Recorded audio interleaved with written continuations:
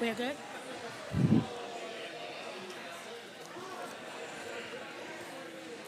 Hello, everyone.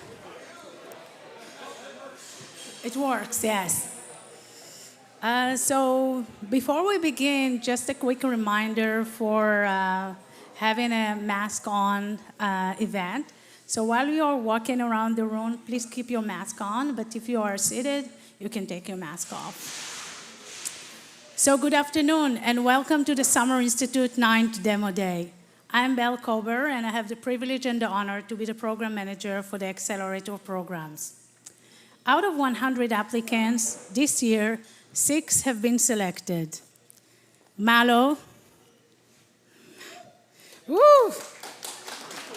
Yeah. REFLL. Suds. Farmed and Foraged Mushrooms. Simply put, and Tots. Woo! In the past 3 months, the 6 amazing companies worked intensively with mentors, staffs, and instructors to bring us to today. The outcome of this process is a company ready to hit the market, and we have 6. So kudos to you guys. Soon, we will hear the story of success and celebrate together the wonders of entrepreneurship. I would like to start and to welcome to the stage Dr. David McGee, the Vice President of Research at UNB.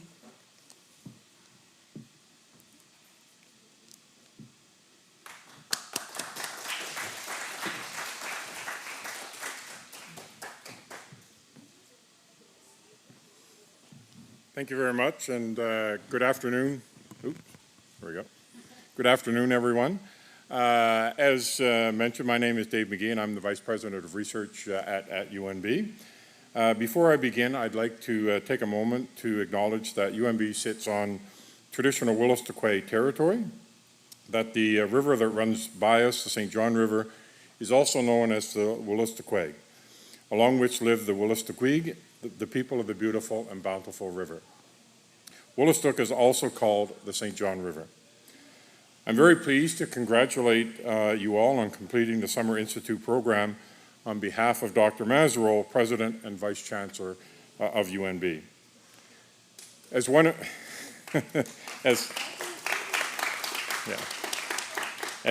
of Canada's most entrepreneurial universities, we are excited to be hosting the 9th cohort of the Summer Institute Accelerator Program.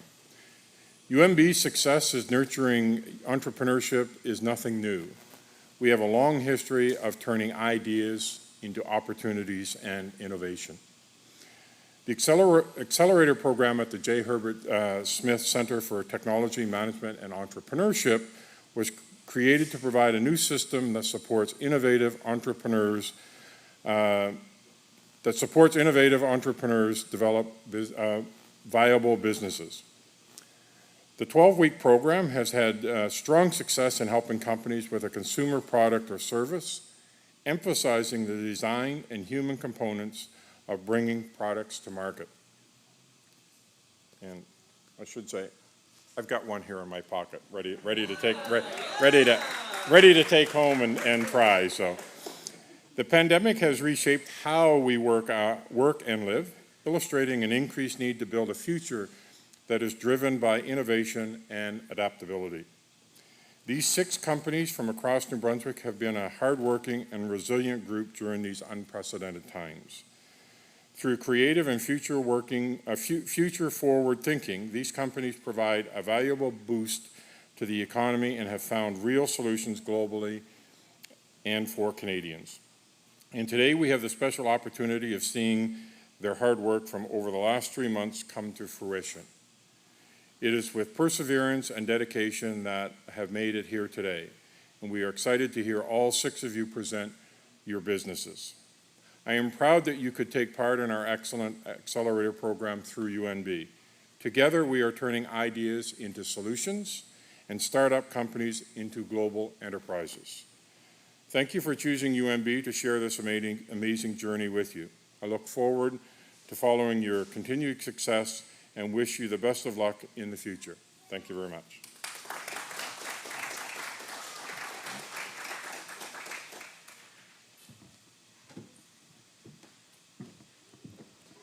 Thank you, Dr. McGee. I would like to welcome to the stage Dr. Dhirendra Shukla, the chair of the J. Herbert Smith Center for Technology Management and Entrepreneurship.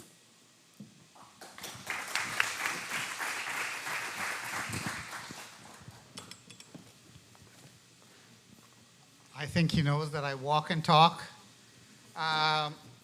Firstly, I want to congratulate all the entrepreneurs that are sitting here and in the audience, because we are here just to celebrate you, your passion, your drive, your energy and excitement. And we're all about founders, and this stage is your stage to success and excitement. You know, when you talk about ninth cohort, I remember when I first pitched the Summer Institute to some funders and supporters, and I know some people are here and have been here every single Summer Institute event. I remember when I pitched it, I think they just giggled amongst themselves. And then I walked away, and then I came back, and the group grew larger. And then I came back and pitched again. The group grew larger. I was convinced that they were just saying, hey, let's come together to watch this crazy prof with a crazy idea to help innovators over the summer, pay them to do this.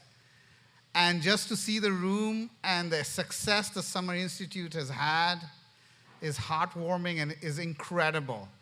And those people that sat in the room that day and continue to be a partner of the Summer Institute, sincere, genuine thanks. I'm not going to call out names, but they know who they are. And sincere thanks to all the people that have supported the entrepreneurs, the change makers in our community, and all the people here celebrating. And I want to thank you, encourage you that as you go and do magical things out there, we're there to cheer you on and support you.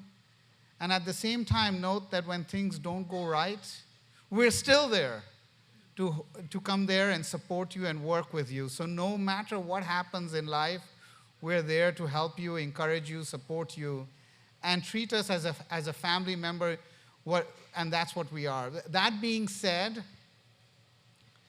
the hard work that Joe, Bell, Igor, the J. Herbert Smith Center team have the role they've played during COVID to manage this back and forth. Just a huge round of applause to what they've done. Huge. Thank you for your dedication, hard work. But that being said, we're here for the entrepreneurs. This is your stage, your platform to showcase and launch and do incredible things for our region, our city, and the world. The stage is yours. Thank you very much.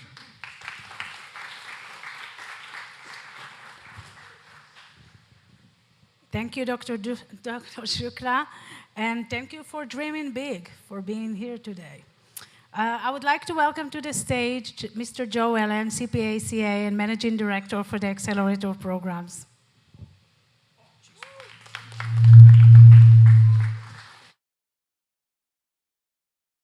Okay. Hello? Okay, good. I didn't break it. So I just want to take a couple seconds and thank everyone for being here today. This is our first live event in 3 years, which is just, it feels so good to get out and even stand on stage in front of all y'all. Thank you all for being here. Thank you to the entrepreneurs that have put in the time and effort. The dedication that we've seen from this group is unparalleled. I mean, compared to the other alumni groups, they're great too, but good job to you guys too. Yeah. I'm like, oh geez, I got to walk a political time. No, these entrepreneurs have done some great stuff. We've really put them through their paces. We've done a lot of focus on branding and strategy and accounting and marketing and all that good stuff. And we're lucky enough to see the fruits of their hard work here today. So we're not here to hear me, we're here to hear them. So I'm going to turn the mic over to Alicia, who's going to introduce the first company. We'll avoid the speaker, I guess. Okay, avoid the speaker. Okay. Hi, everyone. Good afternoon. Isn't this exciting? I'm Alicia Phillips. I'm the CEO and co-founder of Educated Beards, and our company actually went through the cohort in 2018. I have to say that I have so much gratitude for this program. Our company would not be what it is today without the framework being set up through the Summer Institute program, so big round of applause for everybody involved. I was asked to introduce Matt with Mālō. I believe it's because of my love for his products. Anyone that doesn't know me, I have very sensitive skin and an extreme allergy to scents. So I can't do things like wear perfume, use a lot of lotions. And when Matt gave me a sample, I was so excited. I was able to use it. It smelled amazing. And I'm backing away from the speaker. And I feel like I could do his pitch, but instead, let me get off the stage here introducing Matt Hurst with Mālō. Thank you so much.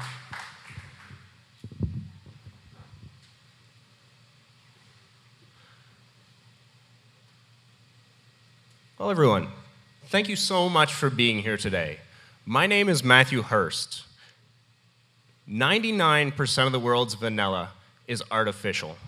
And that's always surprising to people because vanilla is the most popular flavor in the world.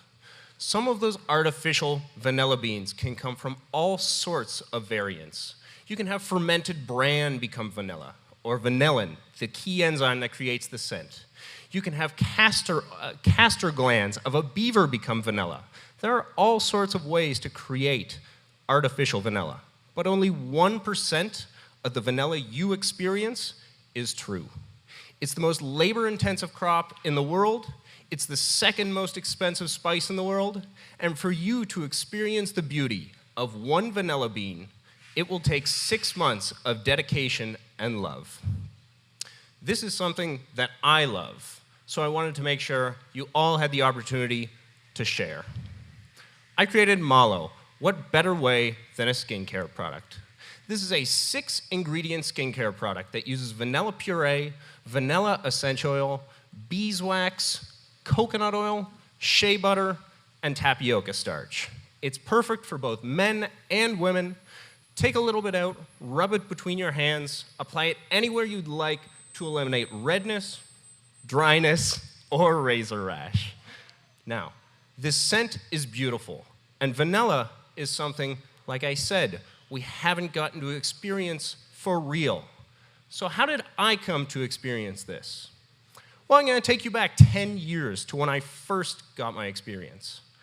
I was overworked living in Waterloo, Ontario. I came home after a long day and I spun a globe. I stopped it with my finger, and when I lifted my finger, I read the country Tonga. I asked friends about it the next day and said, hey, have you heard of this country Tonga in the South Pacific? No, no, no. Eventually, somebody came out to me and they said, you know what, my uncle lives in Tonga. How about I give you his email? I got his email, sent him information. I got an email back saying, you know what, I own a vanilla plantation. How about you come live and work for me and you can learn all about this beautiful bean. That was all it took. A month later, I was living in Vava'u, Tonga. An average day waking up in the South Pacific was to the sound of 13 roosters outside of my window. My first job of the day was to go out and lay vanilla on these long, long areas. This will heat and dry the vanilla slowly. This is what naturally creates that beautiful enzyme vanillin. After that, I'd move on to coconuts, where I grind and shred the coconut meat out. It would be pressed, mixed with water, and then you can extract the beautiful oil. Afterwards, you go back, you lay up these long sheets, put them away. This is a 3-month fast drying process. And then they'll go through a 3-month slow drying process. At the end, you receive that beautiful vanilla bean that's made with love and care. So, what better way to share the luxury of vanilla with you than through a great way to put it on your skin so you can feel and smell.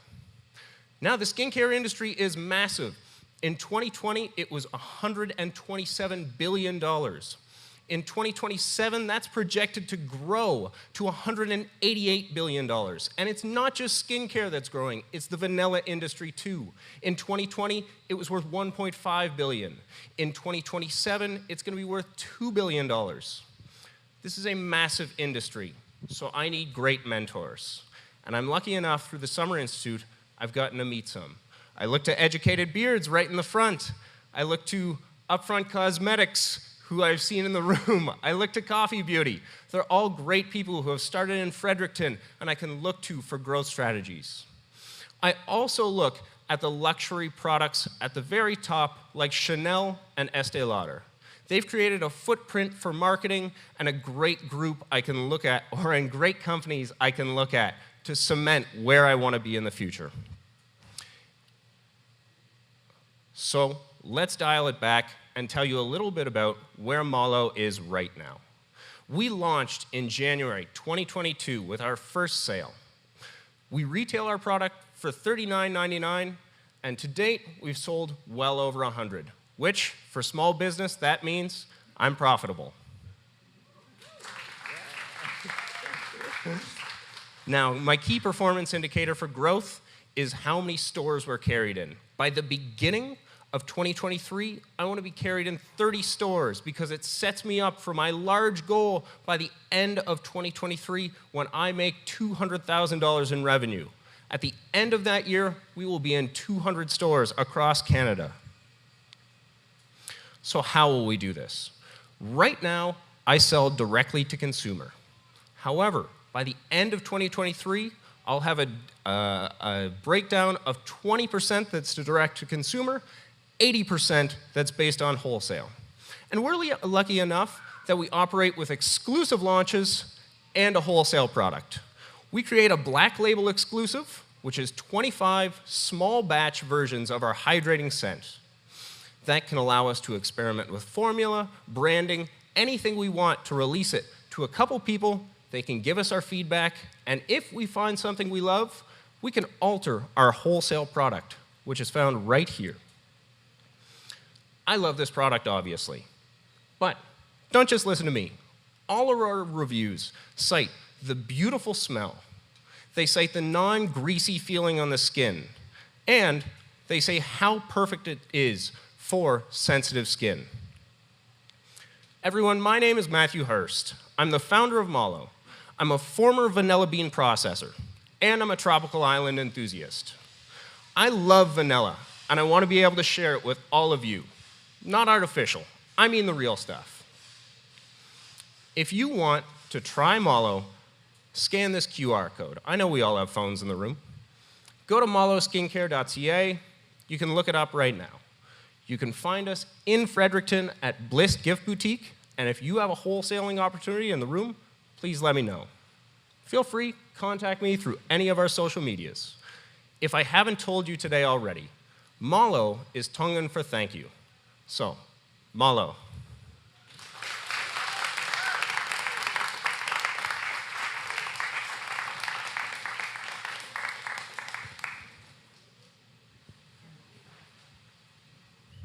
I'm going to pass you off to Igor. Thank you so much, everyone. Hey, everyone. Kevin, I'd like to invite you to the stage to introduce our next cohort member.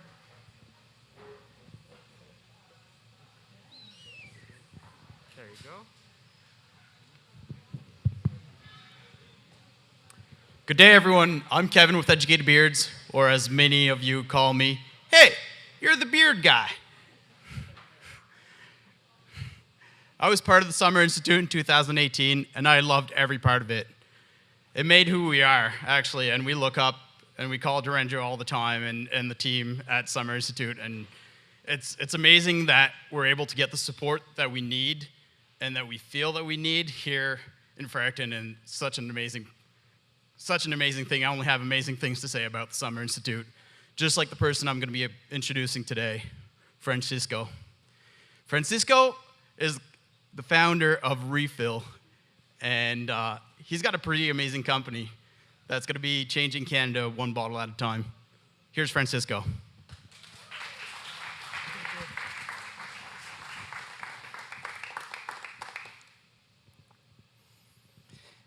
Good afternoon, everyone. My name is Francisco Ponce, co-founder of REFLL. Plastic pollution is a huge problem, and it's not too late to fix it. 80% of marine pollutants are plastic, and 47% comes from packaging. With only 9% of plastic waste recycled in Canada, correcting our plastic waste problem requires a fundamental change in thinking how plastic are made, used, and discarded. Today, consumers are not offered many alternatives to contribute to reducing plastic. We have a recycling program every week, but most of this effort ends in a landfill. For example, in Canada, at least 90% of plastic waste went to landfill in 2021. If you could put a tag price to that plastic waste, it could be labeled as a $7.8 billion lost opportunity. This is the reality. Brand and price for household products are the key factor in the buying decision process. 61% of consumers prioritize low-cost and big brand products, and only 19% of customers in this market are willing to pay more for an eco-friendly product. We know that we are not going to solve the problem alone, but with REFLL, we can help reducing it. Our solution targets the average household consumer, which today understand the plastic problem and want to contribute with that solution, but cannot access those available options already in the market. So imagine a vending machine that allows you to refill your detergent, soap, and cleaning products, saving you money and helping to preserve the environment by reducing single-use plastic consumption. Simply download the app, buy your refillable bottle, load some money onto the platform, and refill your product in the nearest refill station. There are three key components in our business idea: the smart bottle, the refill stations, and the user apps. So the bottle is a one-time purchase per product type. We will use a smart technology to update your plastic consumption and save it in real time.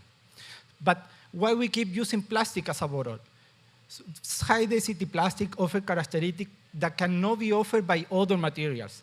We want to supply products that are safe, fresh, and affordable, and plastic is the solution for that. The vending machine will allow us to make the buying process simpler, accessible, and more eco-friendly. Our refill station will detect the bottle you are using, and we will only dispense the product for what the bottle was registered for. So we will start with a pilot program in the city of Fredericton, installing vending machines in multiple locations. And finally, the user app. This user app will allow customers to find the nearest refill station, choose and pay for the selected product, and besides that, to try their environmental impact. So by putting these three components together, we create REFLL, a circular economy solution that will finally allow both manufacturer and consumer to work together to eliminate single-use plastic. This is a solution that will appeal to those eco-conscious consumers by helping them reducing plastic consumption. For example, an average person consumes 42 liters of household cleaning products per year. By using our vending machine, this person will save 14 bottles in a year, and a family of 4, 56 bottles. But also to those price-sensitive consumers. Our pricing strategy is based on the saving generated by reusing the bottle. We will offer a price range that is 10 to 20% cheaper than the market price, allowing a family of 4 to save around $112 per year. Let's see how lucrative is the market. The total available market is $6.9 billion and is expected to rise to over $8.3 billion by 2026. We will start targeting a small piece of the total serviceable market, from which we will capture $12 million by year 5. Soapstand is the main direct competitor that we have in the country. They only refill soap, but they haven't entered the market successfully yet. We also look at some other competitors with present outside Canada that could come to this country and compete with us. We aim to become partnered with the big manufacturers such as Procter & Gamble, Unilever, and the Clorox Company. We also need to reach agreement and alliances with locations that could help us to reach as most customers as possible, such as Walmart, Walmart, Sobeys, university residentials, and condominium complex. For us, it is very important to build a strong brand loyalty and recognition in the Canadian market during the first year of operation. And these alliances and partnerships are key for that scope. So REFLL has determined a few objectives that we like to accomplish in the near future. First, our plan is to implement a pilot program in this city to test the validity of the business model. We have created an expansion strategy for the following 3 years, looking to become a specialty option and hope to achieve our target market share in this city. By year 5, we are hoping to achieve some financial goals, 12 million in sales. When looking at the financial projection, even with a small amount of engagement from the target market, REFLL has a steady growth and even a strong net income figure during the first 6 years. The financial shows the feasibility of the business model, and there is room for even higher projection if the company can obtain a higher share of the target market. The company will break even in year 3.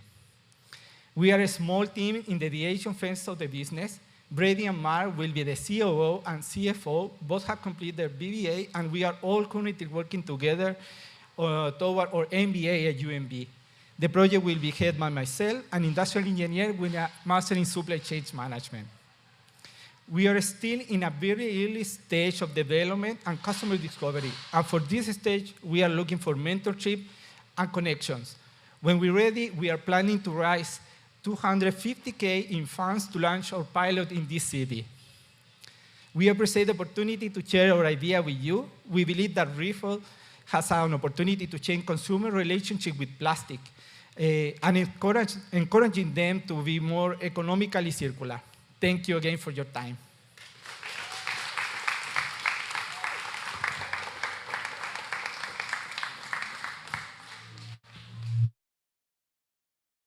I don't know if this is, yep. Hi, everyone. My name is Hannah Watson. I am the co-founder and CEO of Snack Bakery. I was part of the Summer Institute along with my partner, Alex, about 2 years ago. A little delayed due to the pandemic, but we made it. I cannot express the love and gratitude and friendship that really does blossom out of this program. 2 of my best friends in the business world are also a part of the program, and anybody that I call always has just such a cheerleader moment when you make it somewhere in your business plan. So I'm super excited to introduce Carrie today. The growth that we have seen within her and the difference in the 12 weeks is just phenomenal. She should be so proud, and we can't wait to hear your pitch today. Come on up.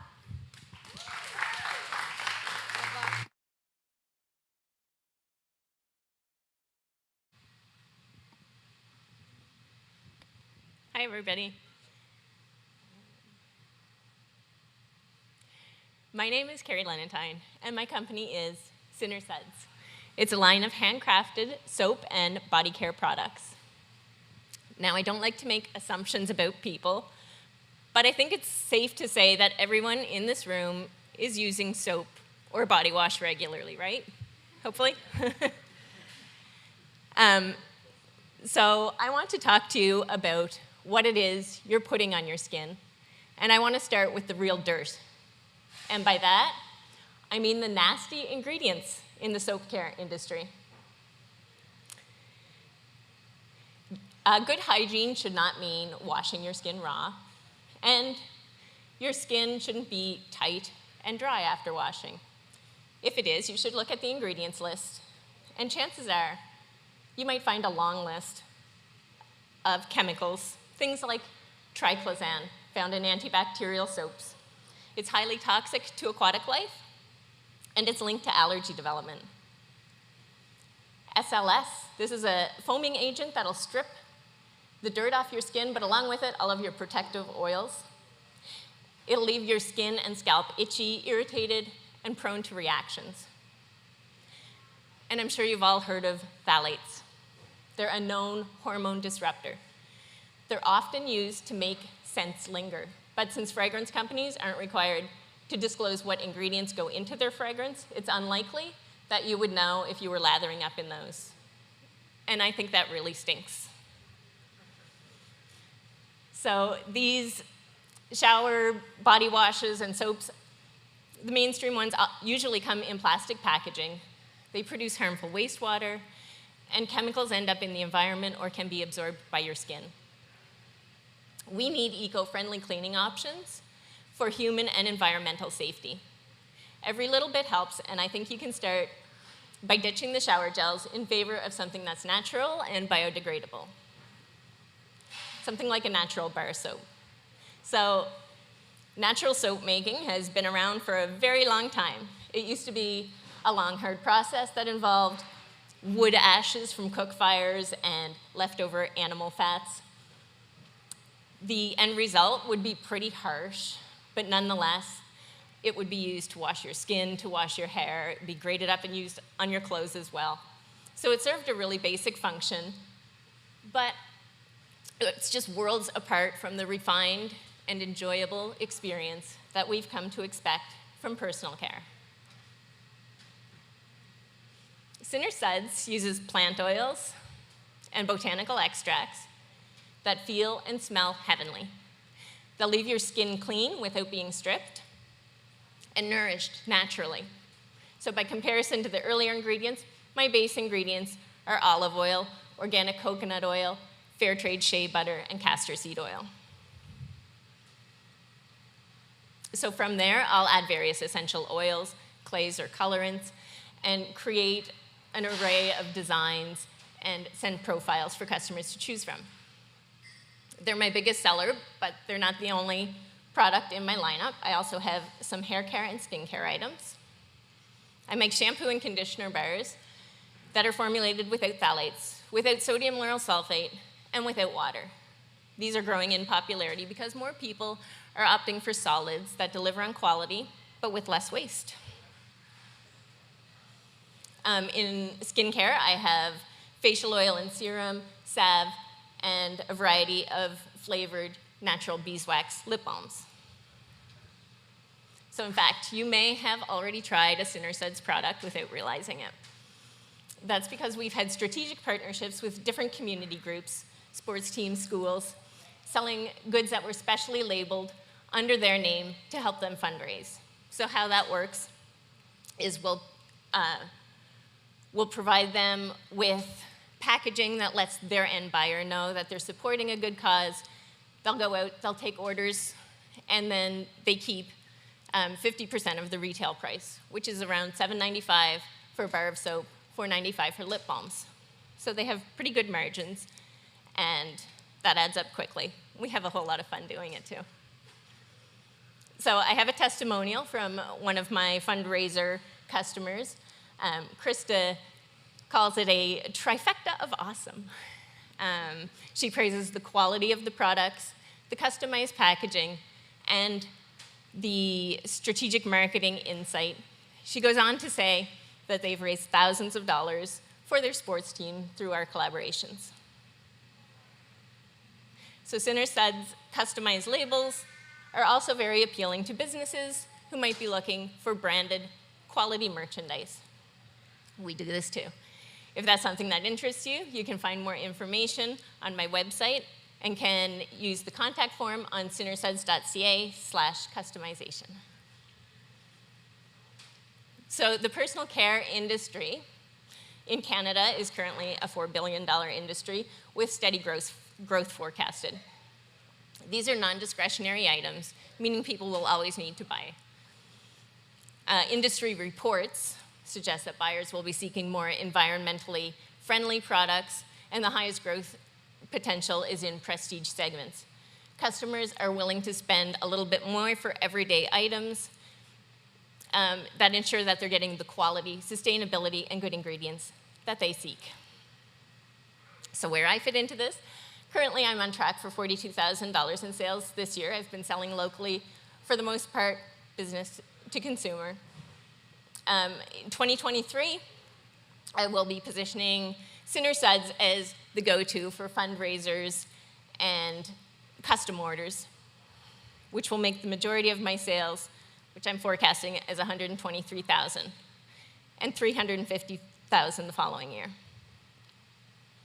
To get there, I'm asking for your help, building connections.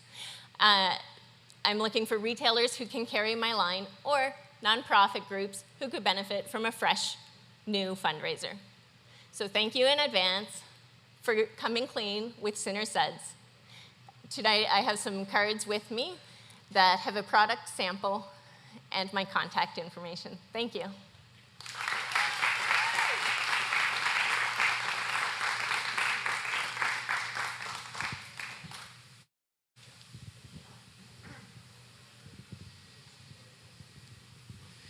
Thanks so much, Carrie. That was fantastic. Congratulations. Well done.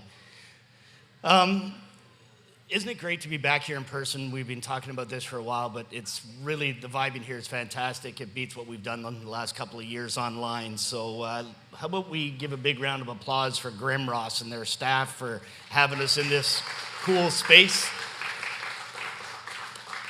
So, ladies and gentlemen, my name is Don Blakely, and it is my absolute honor and privilege to introduce Samantha, Mary, Stevie, Piekarski. Told you I was going to use all of them.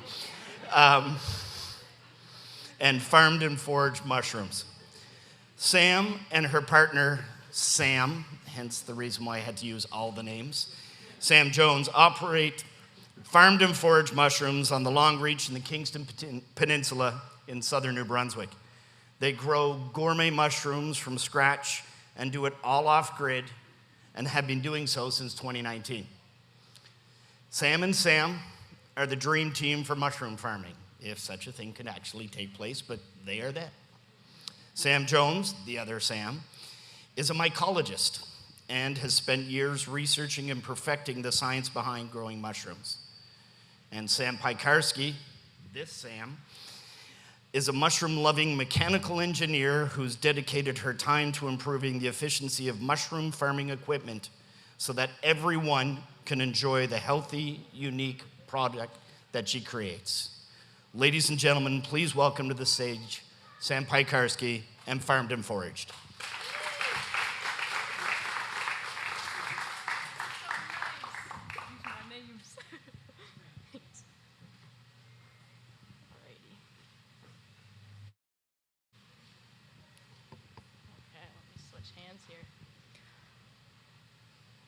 All right. Hello, everyone, and welcome. So my name is Sam, and my partner, Sam. Yes, we do have the same name. I'll let you take a moment, let that sink in again.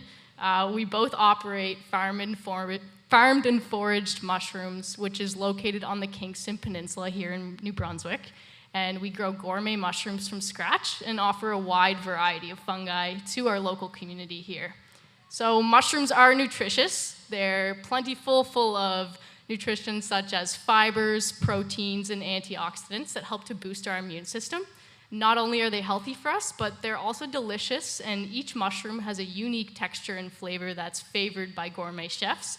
But don't worry, they're very easy to prepare in your own home as well. Mushroom farming is also one of the most sustainable forms of agriculture. So on our farm, we use agricultural and sawmill waste products as the growing mediums for mushrooms. We also use vertical farming techniques and a climate-controlled facility that help us to reduce the amount of food waste by up to 90% compared to your typical vegetable farming techniques. So no food waste here at Spring Hill Farms. So our values truly do align with the solutions that we offer while we pursue our dream of providing sustainably farmed food to our local community. We'll do so with a smile on our faces. So Sam number one, Sam Jones, he's a pretty fun guy. He holds a wealth of knowledge about the field of mycology and has a background in environmental management. Sam and I love to forage in the woods together. We're always brushing through the trees, looking for golden forest gems. And one day we were walking in Odell Park and we stumbled upon this old oak tree that was being decomposed by some oyster mushrooms. We took some home to eat, but of course Sam insisted on taking some back to the lab And there he was able to extract the spores from the mushroom. He made them into a liquid culture and grew mycelium, which is like the roots of a mushroom. And basically, he was able to clone these mushrooms so that we can farm and produce genetically identical versions of these beautiful elm oysters on our farm and sell them to our local community. So we're truly versatile with the type of fungi that we can offer, and there's over 2,000 types of mushrooms in the world, so there must be one that works for everyone. Myself, I'm the other half of the management team, and I just graduated from a bachelor's in mechanical engineering. I've spent the last year designing and producing new industry-related equipment that will help us to increase our production on the farm while improving our efficiency. On the screen is a retort sterilization unit that I had the privilege of designing with an amazing group of other engineering students this past year at UNB. It's in the works right now. We're bringing it to life, and essentially, it'll help us to double our production from 50 pounds of mushrooms a week to 100 pounds. And we need to do this because we currently have a higher demand than we can provide for. And together, Sam and I share a lifestyle that really helps to motivate our business. Our farm does operate completely off-grid. We're using solar panels in our new lab that we just built, and we're even building an underground grow facility that will help us mitigate some issues like heating and cooling, keep everything efficient. And then as well, we drive around in this pretty cool mini truck. It helps us with our operations on the farm. So for now, our market strategy is all about farm to table. We do sell at farmers markets for $20 a pound directly to our consumers. And when we are not at farmers markets, we're certainly selling to restaurants. This is a very key attribute. It helps us to present our mushrooms in the most delicious way to our customers, only for $15 a pound. And I will say that we just dropped 20 pounds of mushrooms off at the Kitchen 540 restaurants this morning, so head on down there this week and grab a dish that has some mushrooms in it, and I hope you enjoy. As well, we do sell grow kits for $30, so people can take our bags home and fruit mushrooms in their own homes. And then mushrooms that might come out looking B-level or not perfect, we simply just dehydrate them and then throw them into a concentrate. We sell them in spice form. People love to use them as soup stocks or just sprinkle in their coffee or tea every morning for that extra little dash of nutrition to start your day. So our marketing strategy is all about education and normalizing the unique product we have to offer. There's plenty of ways in which we can do this because mushrooms have their own field dedicated to them, a huge field of science. And so typically we invite people to come to our farm and to pick mushrooms. We run cultivation workshops. They get to see how we grow everything. We also love to partner with some local mycologists, and we offer forage walks to our community. It's a great opportunity for people to bring their kids and their dogs and spend the day outside and forage for mushrooms. You might even get to take some home, but you get to learn a lot about the interaction between fungi and plants here in New Brunswick. And then also of interest to us is selling grow kits through classrooms. There's been a lot of interest from the youth about mushrooms lately, and we figured we'd start young because mushrooms will certainly be around in the future. And I'll let you know why. It's because the global mushroom market was valued at $50.3 billion in 2021. It's expected to grow at a compound annual growth rate of 9.7% between now and 2030. So this is due to an increase in demand for a meatless diet. As well, there's been a lot of awareness spread about the nutritional value and medicinal value of mushrooms. Mushrooms are rich in things like selenium, ergothioneine, vitamin D, and glutathione, all fancy words, but for good reason, because they all help to mitigate oxidative stress levels and reduce or decrease the risk of 3 chronic conditions that have little to no cure, which are cancer, heart disease, and dementia. So as you can see, there should be plenty of shroom for us to grow in the future.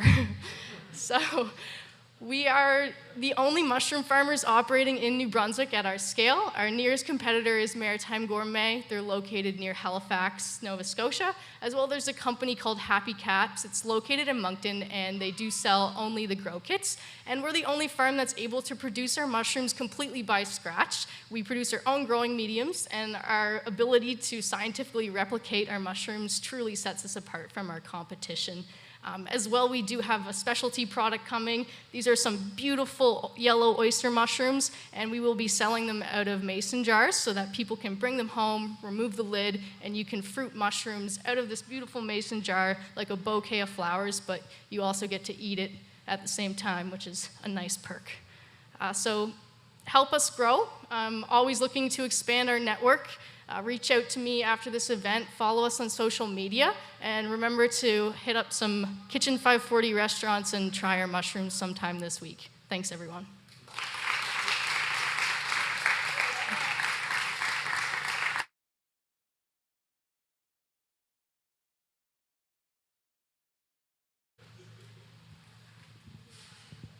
Just hold this for you.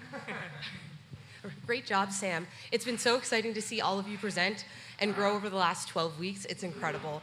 I'm Amy Andrews, and I was actually part of last year's cohort, and I actually interviewed our next speaker about my startup, and now here he is launching his own company. So Sebastian Salazar has extensive experience working with municipal government, and so his new company, simply put, will help simplify content by making it more accessible and inclusive. All right, let's hear from you, Seb.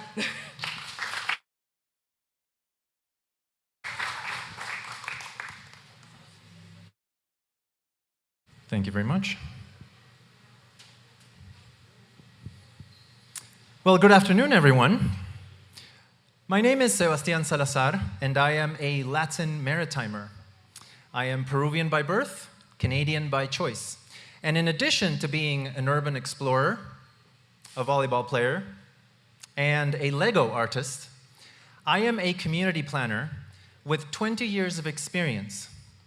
And in that time, I have learned that cities are very, very complex in the way they are designed, in the way they are built, and how communities come together to solve problems. And I recognize the cities are very complex. But I also believe that our public information doesn't have to be. Let me give you some examples of how information that is difficult to understand can affect a person's life. Imagine that you are a newly arrived immigrant mother of 3, and you have to go from your home to the Multicultural Association to meet with your settlement worker, to drop your children off at childcare, and to go to English lessons. And you open the bus schedule, and you're faced with this very dizzying amounts of information. And for something as simple as taking the bus, this seems very difficult to read. And that difficulty can prevent you from taking the bus regularly, but also from accessing services that you need to help make a new life in your community for you and your family. Imagine also that you are applying, you're filling out an application form, and the instructions are very wordy and unclear. So you submit incomplete information and your application is delayed. All of this creates unnecessary feelings of confusion and frustration and stress and alienation, especially for persons in vulnerable groups of society. And that is why I created Simply Put. We are a business at the intersection of community development and communications. Our drive is to reduce barriers in social inclusion by providing clear and inclusive information. To put it simply, we simplify information and make it more understandable for people. We work with service providers that produce content to communicate to the community what it is that they do. Now, imagine that you are a public agency and you have to produce content, whether digital or printed, and you're finding that the quality of the content is oftentimes unengaging, so people won't take the time to read it. Or they do try, but then they give up because it's too difficult to understand. Or they cannot find it because it's not in the most obvious part of your website. Or they cannot find it because it doesn't exist. You haven't had the time to produce it because you're very busy. So what happens? Somebody in your staff is answering a lot of questions about what it is that you offer. And that is time that they could spend doing other things. So if you can relate to this, then Simply Put is here to help you. We clarify information by distilling it to its most useful essentials and provide it in, let me regroup, provide essentials, and that way you can communicate better with your end users and provide them the answers that they need. You can also gain their trust and support because you are helping bring them to an even level of understanding. And I'm blinking out. Just a second. Level of understanding. Anyway, this is one way to be socially inclusive. And you can do it while saving your staff time and resources from producing an effective content, but also from answering all those questions. Let me give you some examples of the types of work that we can do. We can simplify maps and schedules by including key visual elements that make it easier for the reader to find the information that they need. We can also clarify the text of policy documents or permit application requirements or neighborhood notification letter templates. We can also, through the use of explainer videos, explain things such as who's who in a particular sector of your community, such as, for example, service providers in the areas of immigration, housing, or employment.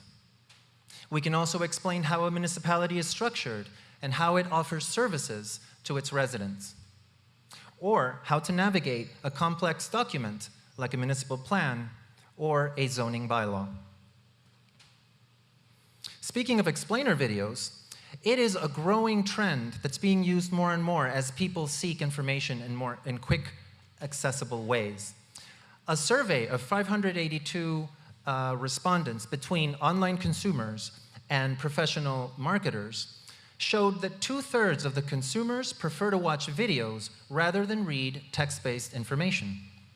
And half of the marketers said that using videos helped reduce the amount of support calls. The other feature that we are using at Simply Put is the use of plain language. This is also a growing network of agencies that is committing to speak in plain language when communicating with the public. So for example, using simpler words, concrete nouns, shorter sentences and paragraphs and lists, and using the active as opposed to the passive voice so that people can see themselves in the actions that that are necessary to take. At Simply Put, we really do want to put the plain in explain. And we say that with purpose and with intention, because communicating in plain language not only opens opportunities, but it removes barriers. Our competition is graphic designers and video production studios on the one hand, and technical content editors on the other. And Simply Put combines both by with expertise in planning and community development, but also by producing short, simple media content, not high-end production videos.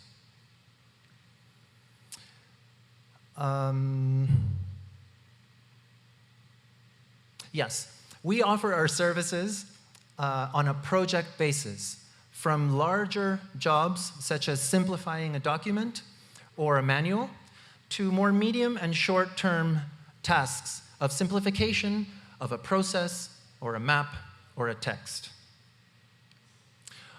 Our growth forecast is to try to have at least one of those projects for next year and then grow to a balanced, a healthy balance between profitability and quality of life. We are networking through the Canadian Institute of Planners, and we are in talks with the Union of Municipalities of New Brunswick on a project related to municipal governance reform. And we have also started to work with Fredericton Transit to simplify that bus schedule. So please reach out to us. You can find us on LinkedIn and visit our website at simplyput.ca. Don't forget the hyphen. And please consider us next time you want to clarify information, not only to make your job easier, but to help more people access services. So, simply put, we create clear and inclusive information. Thank you.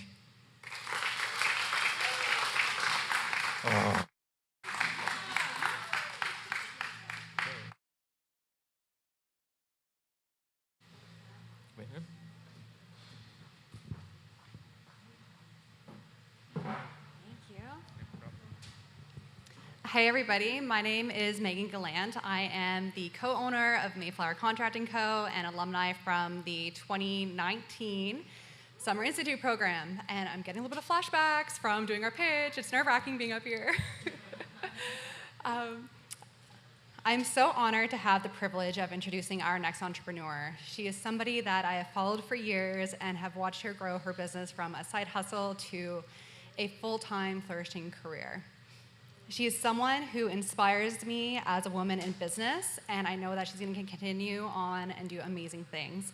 Please welcome me in joining Jennifer Handrahan with Taylor Tots.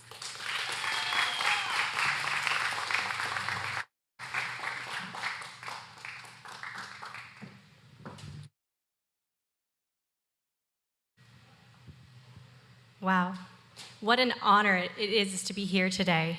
My name is Jennifer Handrahan. I'm a proud mom of two and the founder and creative mind at Taylor Tots. We're an e-commerce baby boutique in Fredericton that specializes in quality handcrafted teething toys that encourage babies to explore and learn through play. Did you know that 90% of our brain development is achieved by the time that we reach the age of 5? And an astonishing 80% of that by the time that we reach the age of 2? I didn't know this until I was pregnant with my first child and realized I knew absolutely nothing about how to raise a child or what they might like. But I figured I could get a sense of what a baby would like by surveying the shelves. And so that's what I did. But I didn't love the toys that I saw. The toy industry is the most plastic-intensive industry in the world, and baby toys are a huge player in plastics. They're chock full of bright, distracting, battery-operated toys that infants are encouraged to play with. When I was shopping for my first son, I tried to picture him with these toys, but nothing really felt good to me. What I truly wanted was quality, open-ended toys that would invite creativity and curiosity into his developing mind. In sync to running this business, for many years I worked in the occupational therapy department where sensory-rich, imaginative play is strongly encouraged in youth development. Play is considered the occupation of a child, and in many ways, play prepares a child for life. So I asked my husband if he would create me a wooden gym frame, to which I was going to create the toys that hung down from it. And this became the foundation on which I've based everything that I've created to date. Products that emphasize learning through play. Problem solving, critical thinking, collaboration, imagination, fine motor skills, resilience. These are just some of the skills that open-ended toys help children to develop. Children will learn about the world using their senses. This means that the quality of the products that we invite into a child's environment early on play a critical role in their development. And that's exactly what I wanted for my child. In this small window where development is at an all-time peak, children should run on imagination, not batteries. We should be prioritizing introducing toys that foster critical skill building, because there is no do-over to this crucial stage in brain development. And now, more than ever, technology and screens are at our fingertips, and there's a trickle down to even the youngest people.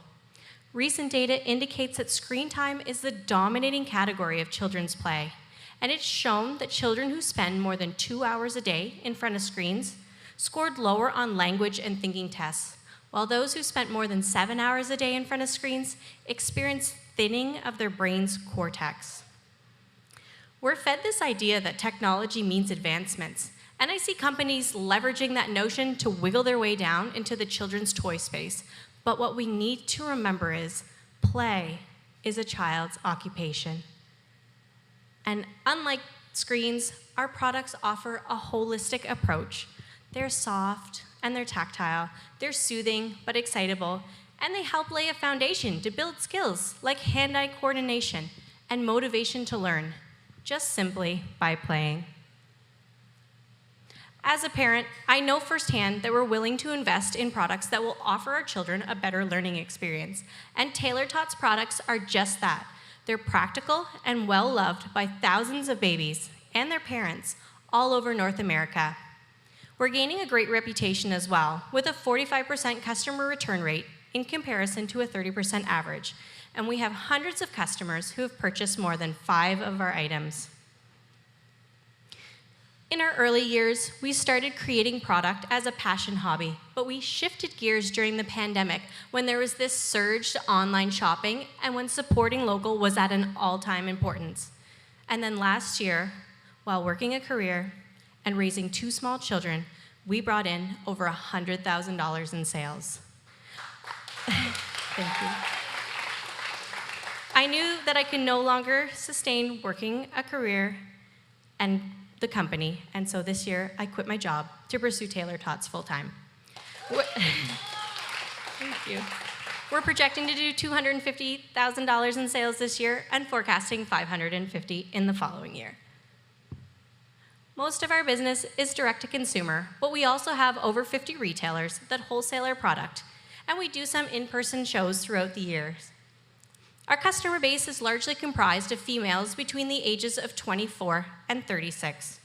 We've seen some tremendous growth through strategic online marketing. We've sourced and connected with many mom influencers to elevate our brand to new audiences and to gain new following. And they're happy to endorse us because we're devoted to delivering only top quality products. Children will touch, smell, lick, bite, all in an attempt to better understand their world around them. That's why children are constantly putting things in their mouths. And if they're going to do so anyway, it's important that we make sure that they're safe for that. Our materials are non-toxic, hypoallergenic, hygienic, non-odorous, stain-resistant, heat-resistant, and they don't harbor bacteria. In comparison to plastic, our products are softer, more durable, and they have a longer lifespan. We're also conscientious to create safe products and have safety tested our original designs to ensure that they meet industry standards in North America. But we don't stop there. Then on top of quality and function, we offer unique products that set our business apart. We tailor products that are amazing to aesthetics that speak to you. And we offer our customers a unique buying experience filled with options to personalize and customize products to their liking. We have a CNC machine as well as a laser engraving machine, and these machines have allowed us to be innovative in our designs.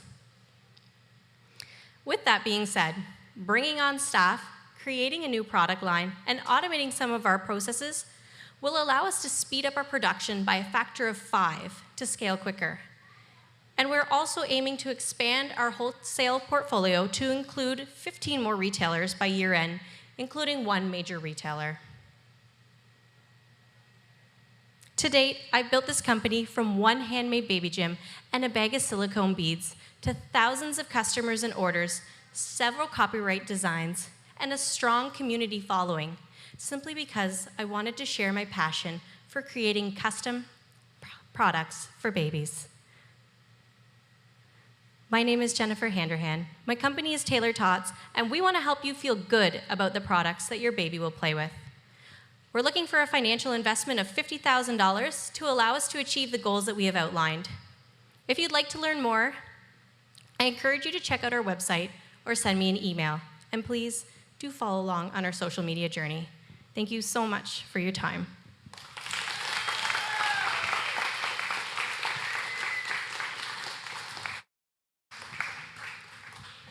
Thank you, Jan. Amazing presentation, as usual. I'm Igor. Hi, everyone. I'm the operations coordinator with the Summer Institute, and I'm honored to be part of this team and to be able to contribute to put this event together and to be with this amazing group of entrepreneurs for the past 3 months. It's been a delightful journey. I hope you enjoyed it as much as I did.